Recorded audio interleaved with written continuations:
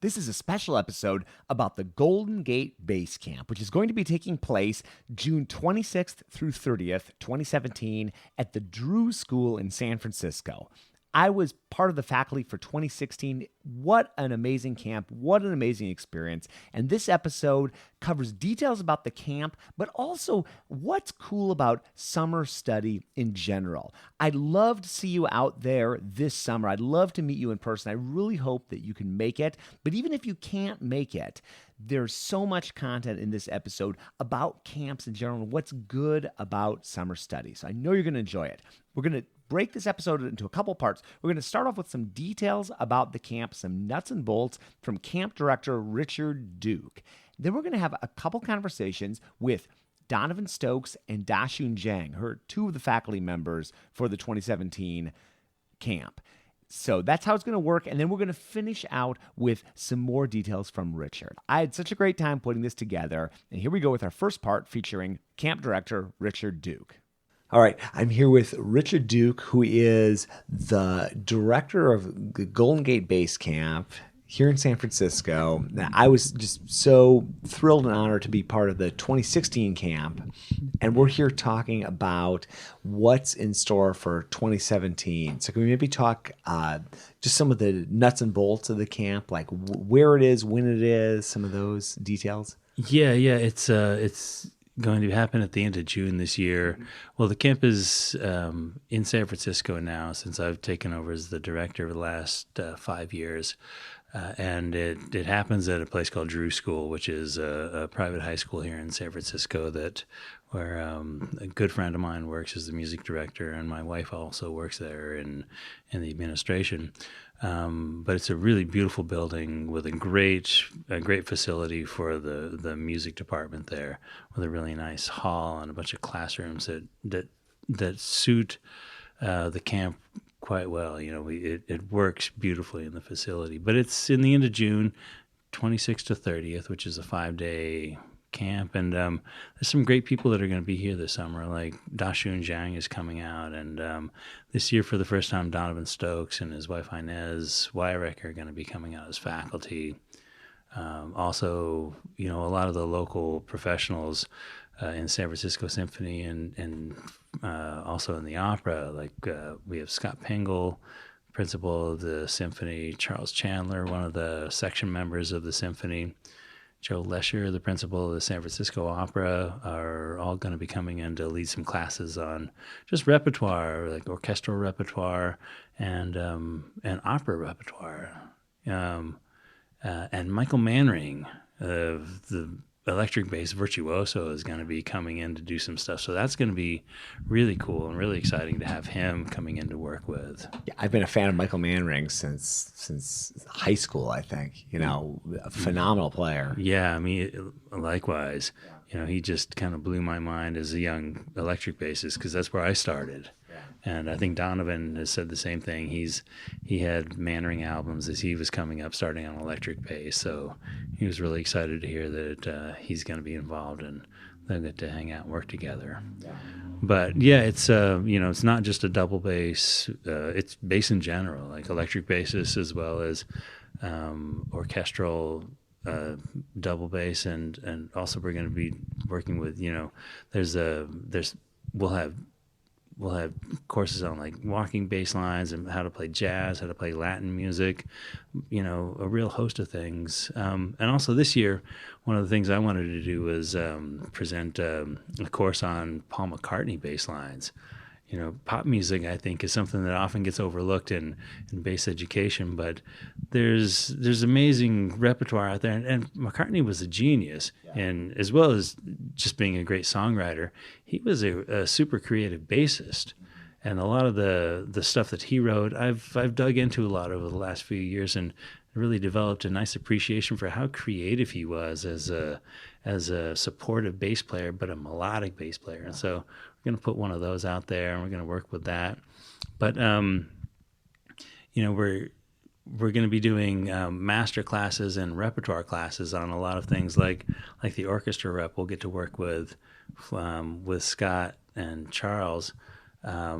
We'll be able to do a workshop with a string quartet where we get to not only work on them earlier in the week, but perform them kind of not with an orchestra, because that's a little bit of a tall order to fill, hiring an orchestra for the afternoon. But getting a string quartet to come in and fill out Mozart 40 and Beethoven 3 and Brahms 4 is a really nice experience to play excerpts, not just in a practice room, but in a situation where other people are playing the other parts with you, and you can bounce your line off of them. That's a load of fun and really rewarding for students to hear your part in context. Yeah, I remember watching some video from years past of doing that. It's such a cool experience to work on the excerpts in that context, because it really does sort of fill out those orchestral voices, give you a feeling what it's like to play in the ensemble. Yeah, those rests aren't just rests. Yeah. There's often other people playing notes in those. Something's happening. Yeah, and so when you're in an audition, everybody behind the screen is hearing those notes that you're not playing, and often it's the people that are conveying that sense of you being in the piece, not just playing the notes that are on the page. And that's something that I think can be really successful as an auditioner, conveying like, I know this piece, here's the other parts here, and that's why you wait this specific amount of time to come in with your passage. And playing it in context is one of the only ways to really hear that or get that ingrained, if you're not playing it with a full symphony. Yeah, it's really valuable. Well, and some of those, it's such a great lineup of artists for the bass camp, and DaXun, Donovan, Inez, Scott. I've interviewed all of them, so if you're listening to this and you want to learn more about them, I'll link up to all of their interviews so you can learn more about their backstory and what they've done. But just you can't say enough good things about those artists. Such phenomenal musicians. They're all really great teachers too. Yeah, that's the one nice thing about them, is that they're technically just phenomenal players, but they're really great at conveying what it takes to get from one level to the next, as a teacher and as somebody just picking out a student, whatever level they're at, and bringing them up to where they might need to be next. They're great people too, and they're really fun to work with. Well, something that struck me last year that I love is you have middle school students, and you have people in their 60s, and you have people on upright bass and people on electric bass, and they're all learning together in the same environment. It really is an inclusive kind of camp. Yeah, that's something I wanted to shoot for, which is all ages, all levels. Like, everybody's very welcome to come check it out, because it's not about any specific style or any specific age. It's just about people who play the bass and love the bass and want to learn and work on things. And there's very little difference between the level of somebody who's got a year or two under their belt at the age of 65 or somebody who's got a year or two under their belt at the age of 12 or 14. Yeah. They're going through many of the same experiences and challenges and triumphs, and it's nice to see those generations have a connection and similar experiences, or kind of talk with each other and figure out how they can help each other.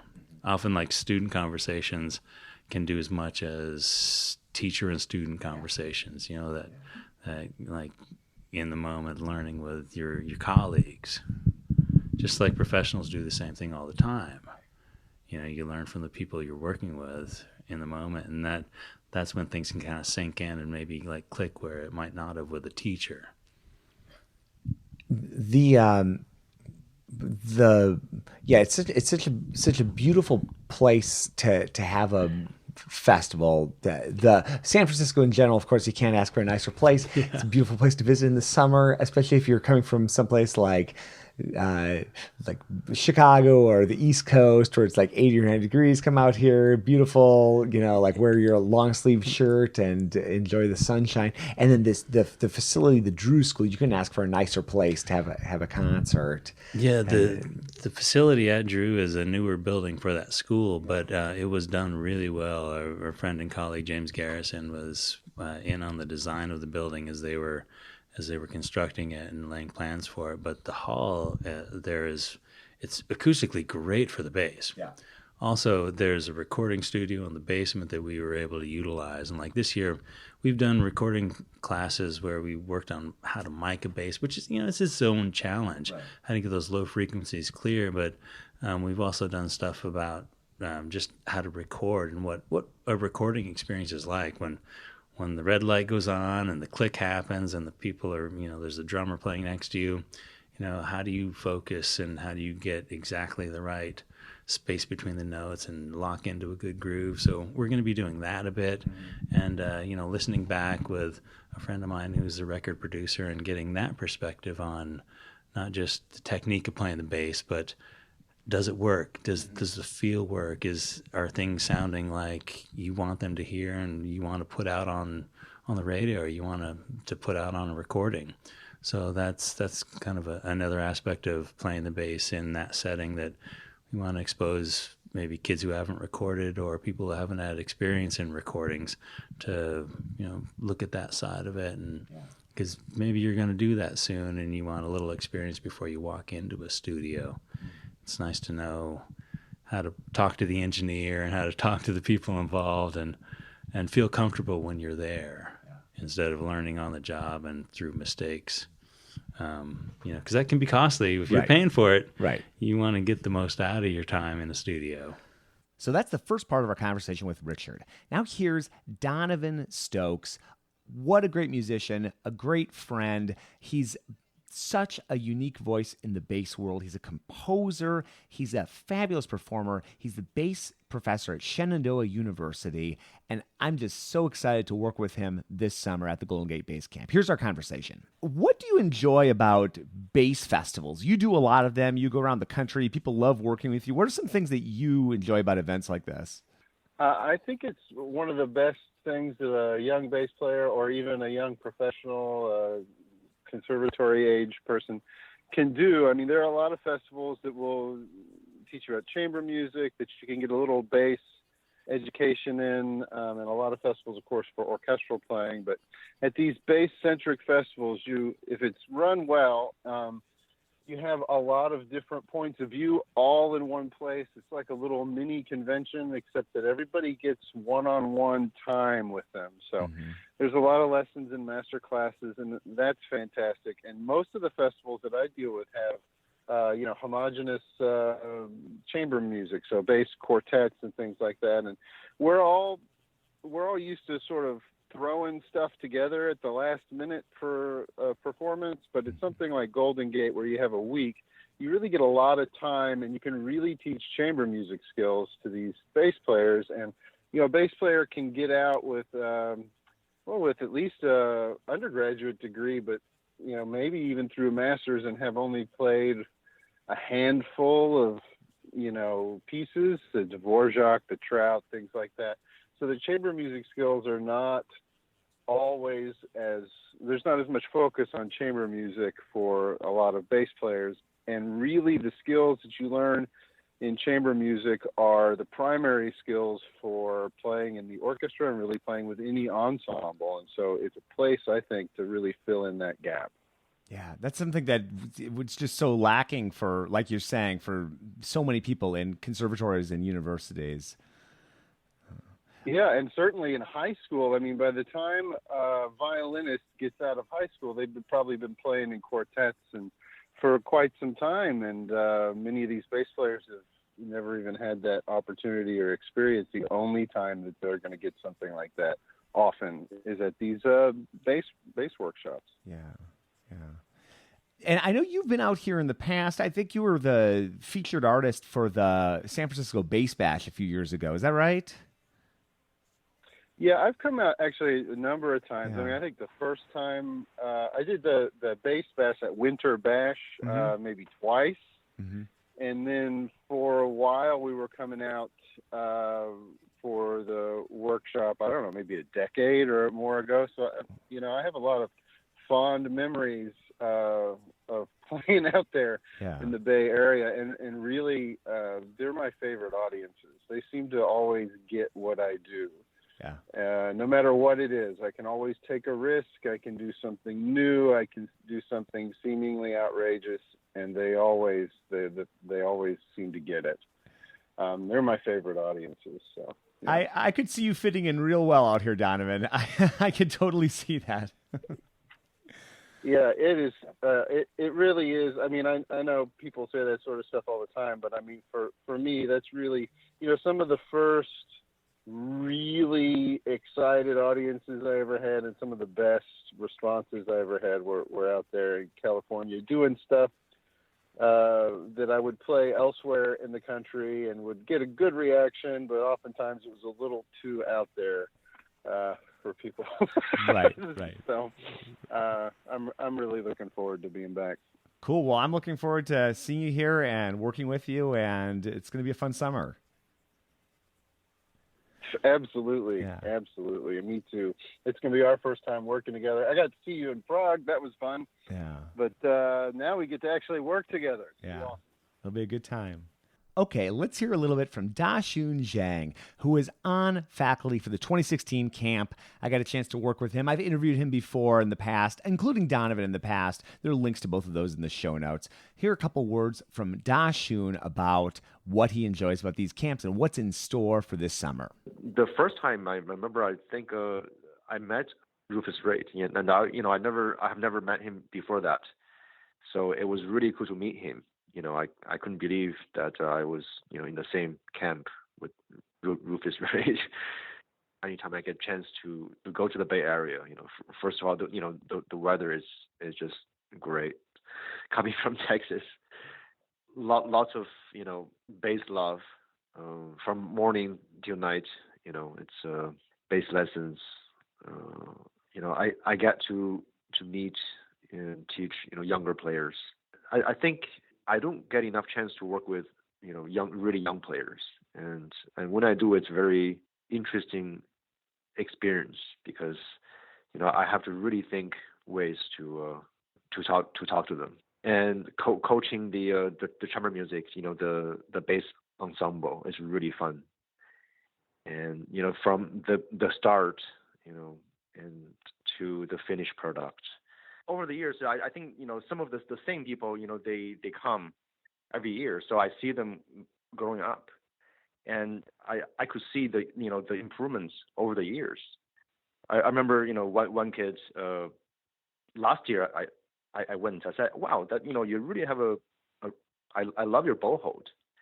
And then he told me, yeah, that's because, a couple years ago, you taught me about the bow hold. I was like, wow, you really remembered. I feel very honored, when I hear that.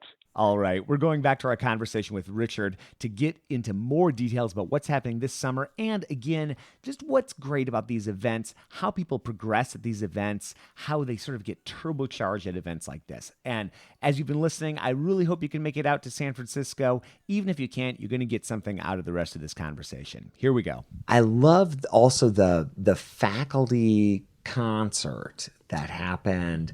Yes. That experience last year, and that's a great.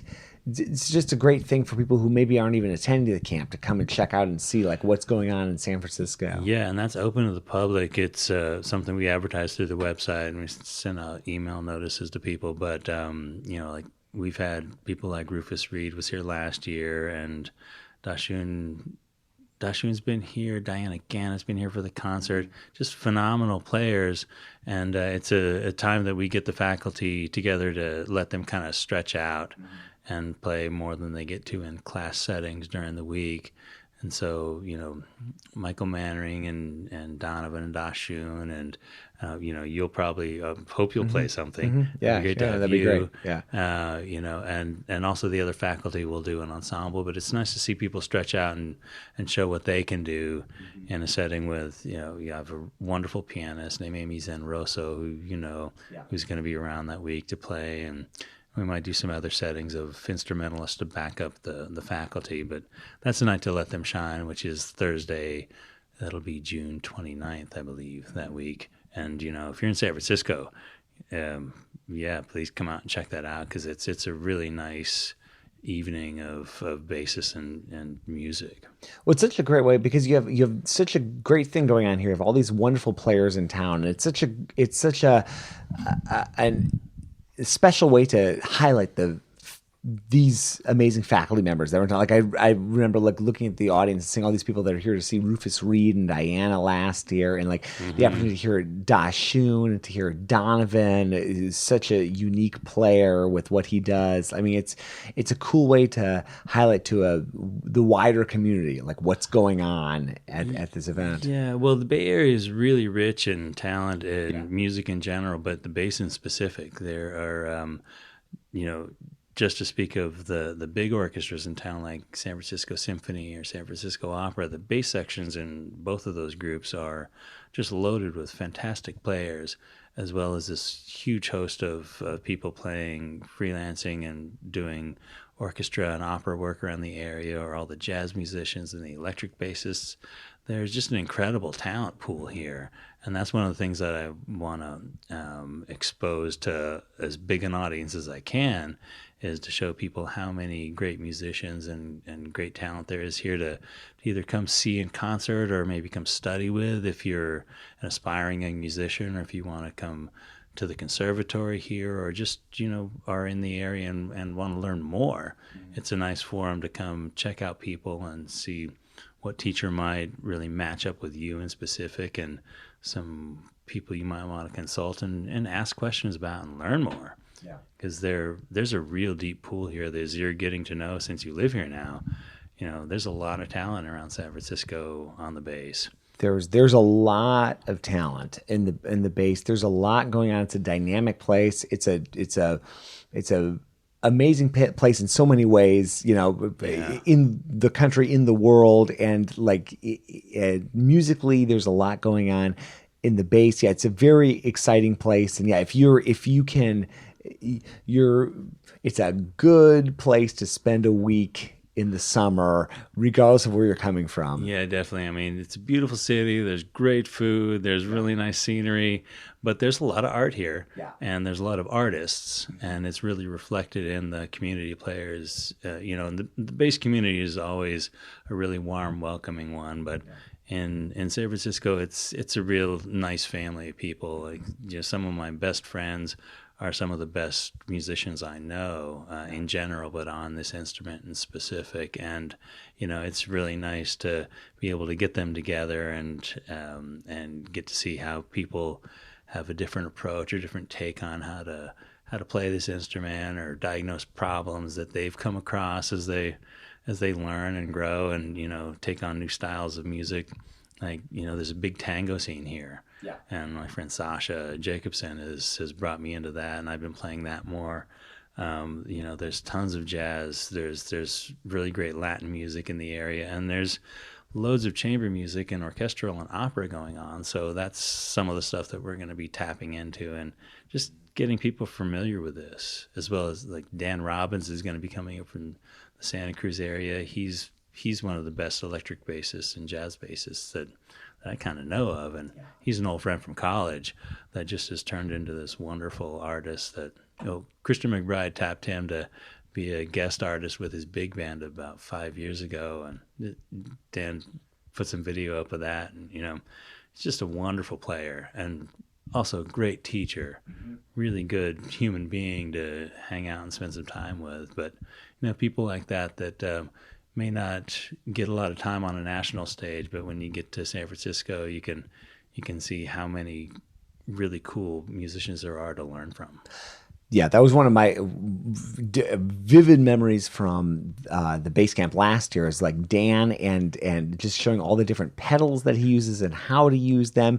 Yeah, he's great at that. Yeah, whether you're an upright player, you're an electric player, or both, he's a special artist. And I remember the looping that he was doing during the concert last year, and I'm sure Donovan will experiment with that. A lot of that. Yeah, maybe we can get those two guys to work together on something. That could be a lot of fun.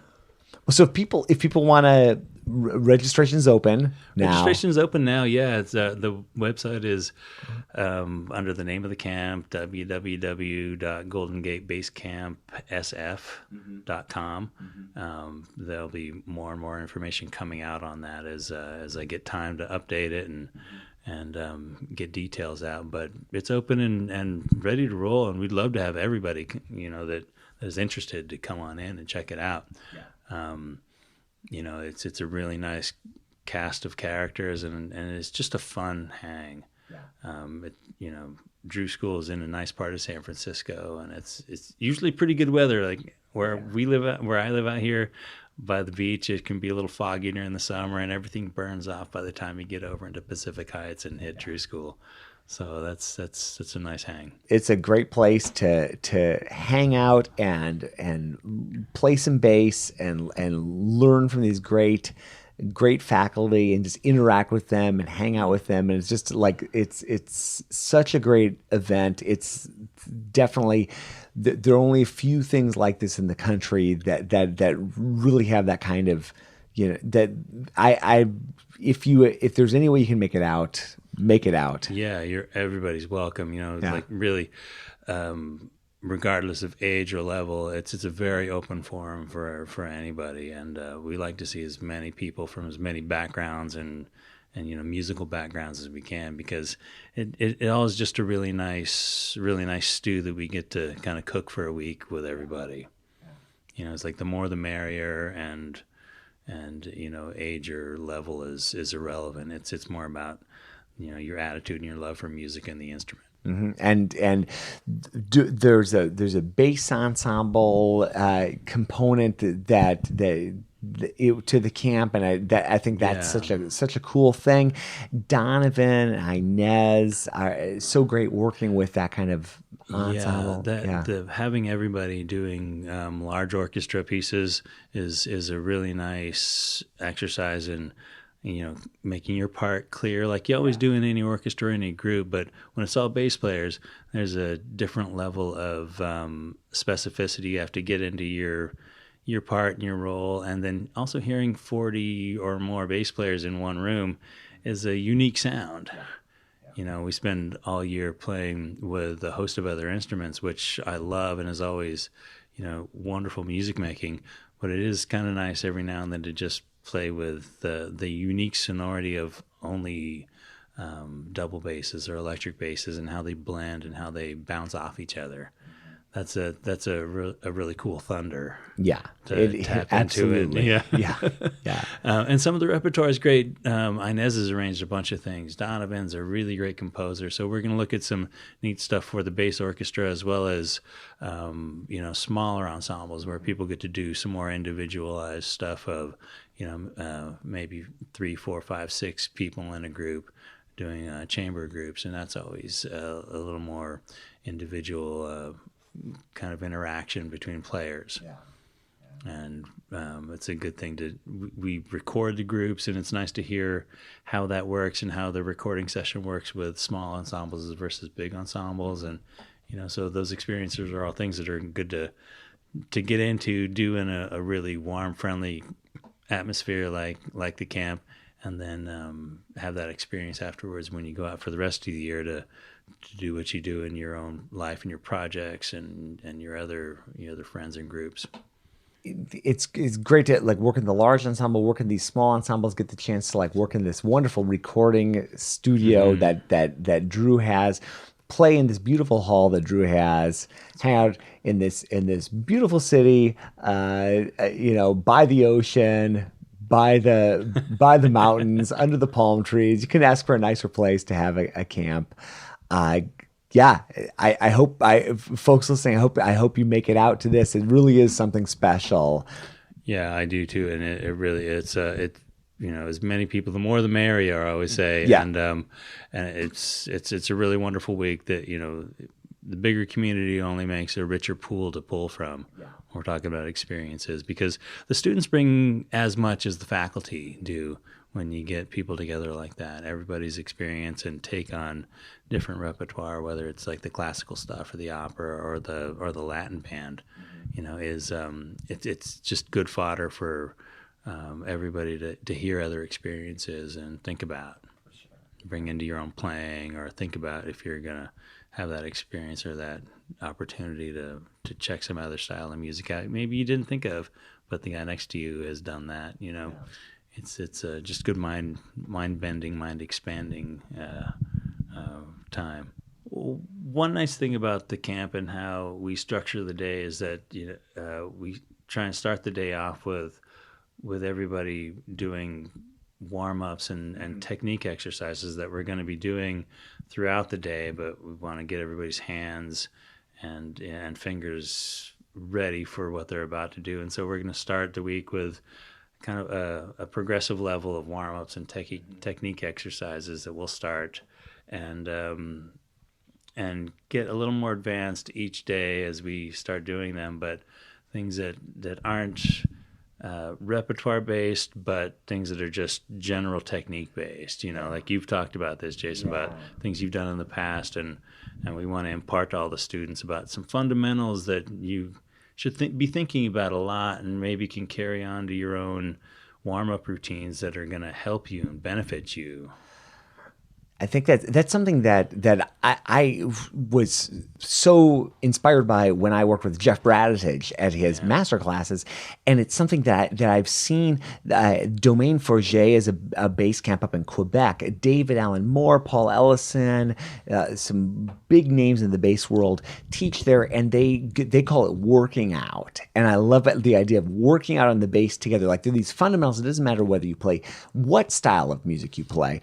There are certain fundamentals that we can all stand to explore that just benefit us so much, and I've learned so much working with these guys and talking with these guys, and so I'm really excited to explore these simple concepts, but that you can grow with throughout the week, and then you can take home and work on. And they're the things I warmed up on them today. I warm up on them every day. I do the same thing every time, and it's easy to focus on all of the notes of the piece you're playing as crazy and fancy of repertoire you might be working with or struggling with, but all of those are based on certain fundamentals. We call them fundamentals for a reason, because every piece of music has some, if not all, of these aspects of tone production and right hand and left hand agility and being able to get the sound you want and the articulation you want. Those come from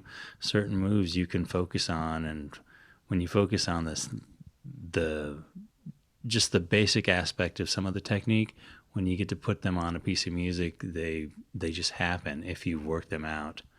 And it's really nice to be able to do the simple stuff so that the music can come out of you when you need it. Yeah. And it's easy to overlook them when you got a bunch of notes in front of you on a page, but then those notes come out so much easier when you've done that homework and your body knows what you're asking it to do. Yeah, I mean, we're athletes of the small muscles. It's something that Paul Ellison talks about, and I think that just having some things that you can do on a consistent basis that grow, simple exercises, but really deep exercises that you can live with over the course of days, weeks, months, and years. Yeah, and it's not just your body that's being trained too. It's kind of your eyes and your mind that recognize patterns and can get, oh, that's a scale, that's an arpeggio, that's a pattern that I've done over and over in these exercises, and then you don't have to think about each individual move. You can get a block of them, and it just makes things so much easier when you get to associate larger and larger blocks of stuff. Then they flow off of your hand, off your bow, and and then they can get out into the world and interact with people and make music. Well, one of the classes that I'm excited to host is something related to you and your wife, Courtney, who is such a wonderful harp player. Last year, we spent a bit of time working on the Ginastera Variations Concertante and the bass variation, which is bass and harp. And then this year at the Winter Bass Bash, you got to play that with her. Right. Yeah. It's such a great piece of music, and since we've spent time working on that, we thought we'd bring that back as part of the repertoire to play in a masterclass setting with Courtney playing harp. So we're going to be working on that piece again, just as a piece of music and technique, but then later in the week have an opportunity for people to come and play that piece with the harp accompaniment and get a sense of how it works with the other instrument. It's just such a great piece of music. It's nice to hear it in general, but it's it's a different experience when you have to interact with another human playing the other part, but also when you get to hear it blossom around you. You know, that's one of those special pieces of repertoire. It is, yeah, and it's so fun to play. It was great to hear people work on that last summer, and then it was great for me in January to play that at the Bass Bash, and it'll be so fun to explore that and give students a chance to get up and play that. Yeah, because it's not that often you get to play. Well, that you know a harp player in the first place, and then you know somebody of the caliber of Courtney who's going to play it as well as anybody will, and so it's a really nice form to play something at a very high level with just a beautiful melody with such beautiful accompaniment. So I think it's a really rich piece of music to look forward to having a chance to play, because it doesn't come up much, even as professional orchestra members. They don't get to do that a lot. It doesn't roll around in the program, and so we want people to have this opportunity to play something that beautiful, and just to hear it coming off of your own bass in that room that you're in. It's a nice experience. Yeah, harp and bass is a cool combo, and it'll be great for people to get a chance to. Yeah, it really works. So Golden Gate Bass Camp SF.com. Yep, check it out. That's it. Cool. Well, thanks, Richard. Thanks, Donovan. Thanks, DaXun. So great to chat with you about this camp. I am pumped for this. You can probably hear it in my voice. I had such a great time at 2016 Golden Gate Bass Camp, and I can't wait for this summer. I really hope to see you there. If there's any way you can make it out in late June for Golden Gate Bass Camp, that would be great. Links to everything we talked about, including all those faculty members, past camps, video, photos, it's all there in the show notes. So check it out. And again, that website, goldengatebasscampsf.com, will give you more information. You can get registered right there. Thanks for listening, and we will see you again soon for more life on the low end of the spectrum.